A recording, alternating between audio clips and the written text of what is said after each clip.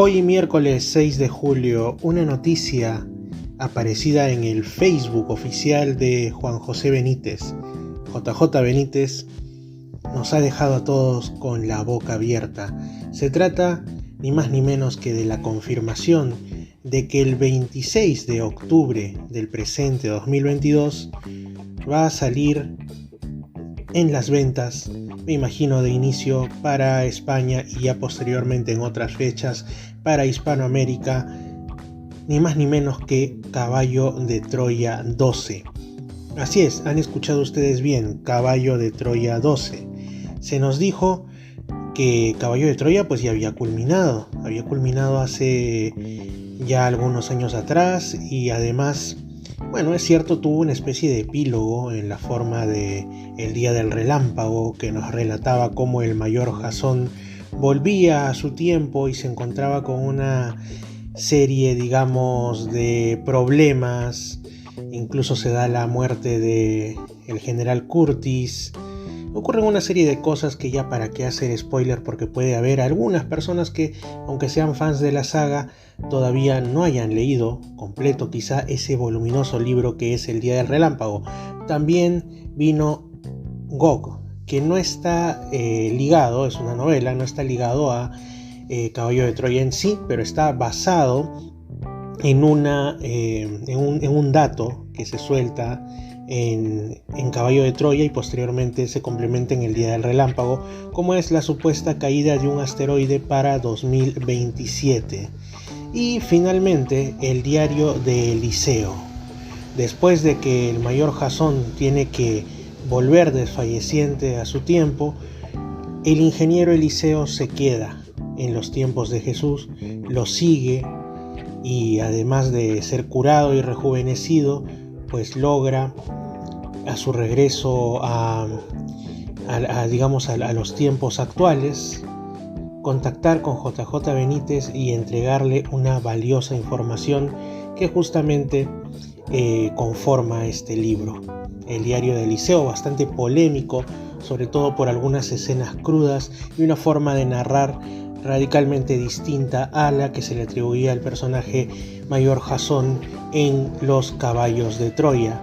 Pero cuando vimos uno de los últimos caballos, concretamente el 9, resulta que hubo una serie de páginas, ya lo decía JJ Benítez, que tuvieron que ser retiradas antes de la impresión, porque el libro de por sí ya era muy voluminoso, iba a serlo aún más, lo cual lo convertía en ni siquiera en poco práctico, sino que ya no era viable que pudiese salir a las ventas.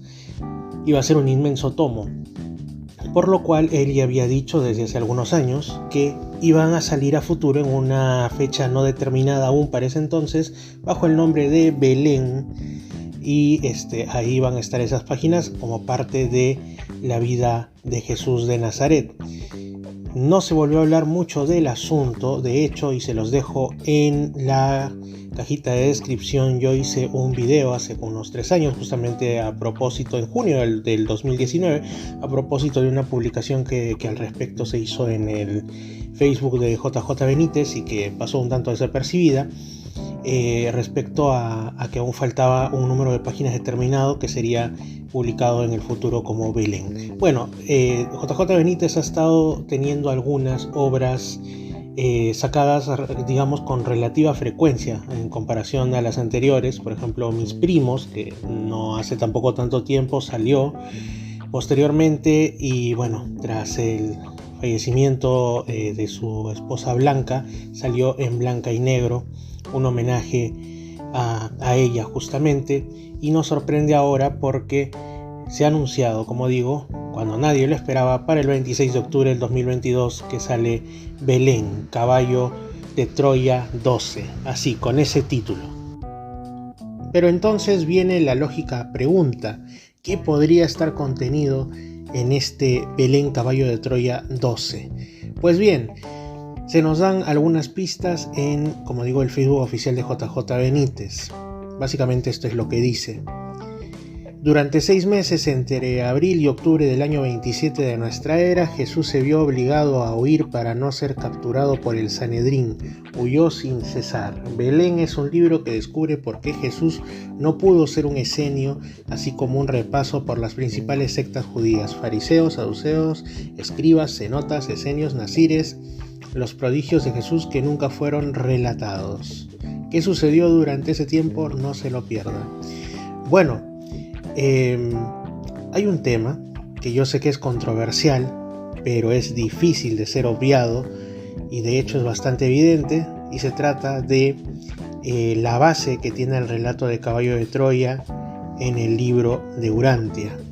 Esto quedó ya bastante comprobado desde aquella obra de hace buen tiempo, de fines de los 80, de Jesús Beorlegui con el ya difunto Antonio Rivera, el padre de la ufología en España. Ni caballos ni troyanos, el secreto de Urantia, donde quedó patente que Caballo de Troya está basado en el libro de Urantia, y cualquiera que sea lector del mismo, como yo, y a la vez también que ha sido lector de Caballo de Troya, lo puede comprobar de una manera bastante fácil y sencilla.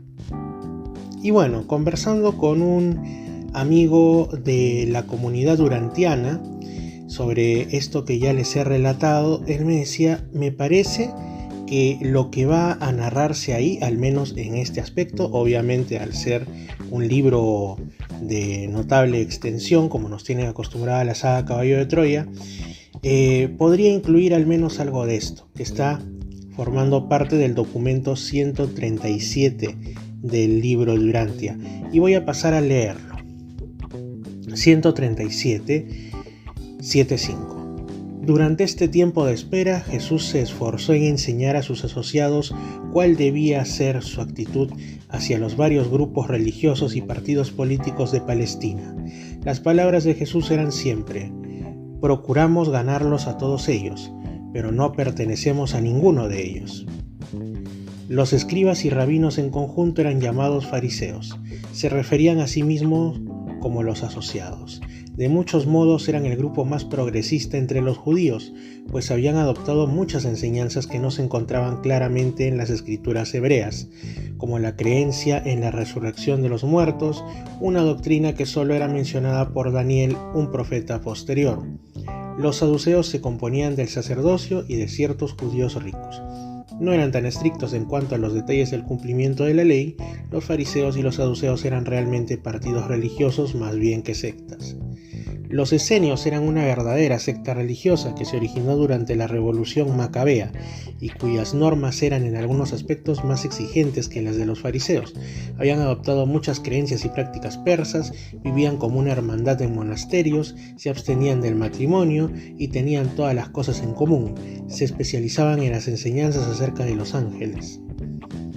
Los celotes eran un grupo de fervientes patriotas judíos. Sostenían que cualquier método se justificaba en la lucha para liberarse de la esclavitud del yugo romano. Los herodianos eran un partido puramente político que abogaba por la emancipación del gobierno directo de Roma mediante la restauración de la dinastía herodiana. En el centro mismo de Palestina vivían los samaritanos, con quienes los judíos no tenían trato, pese a que ellos mantenían muchos puntos de vista similares a las enseñanzas judías. Todos estos partidos y sectas, incluyendo la pequeña hermandad nazarea, creían en el advenimiento del Mesías. Todos esperaban al libertador nacional, pero Jesús fue muy preciso en aclarar que él y sus discípulos no se aliarían a ninguna de estas escuelas de pensamiento práctica. El Hijo del Hombre no sería ni nazareo ni esenio. Es probable que algo basado en esto sea lo que se incluya como parte del Caballo de Troya 12, Belén. Ya lo veremos, no falta tanto. El 26 de octubre está nomás al llegar. De hecho, es una fecha que para mí personalmente es ya bastante significativa, porque el 26 de octubre es el aniversario de mi distrito, mi lugar de residencia natal, como es Barranco, en la ciudad de Lima.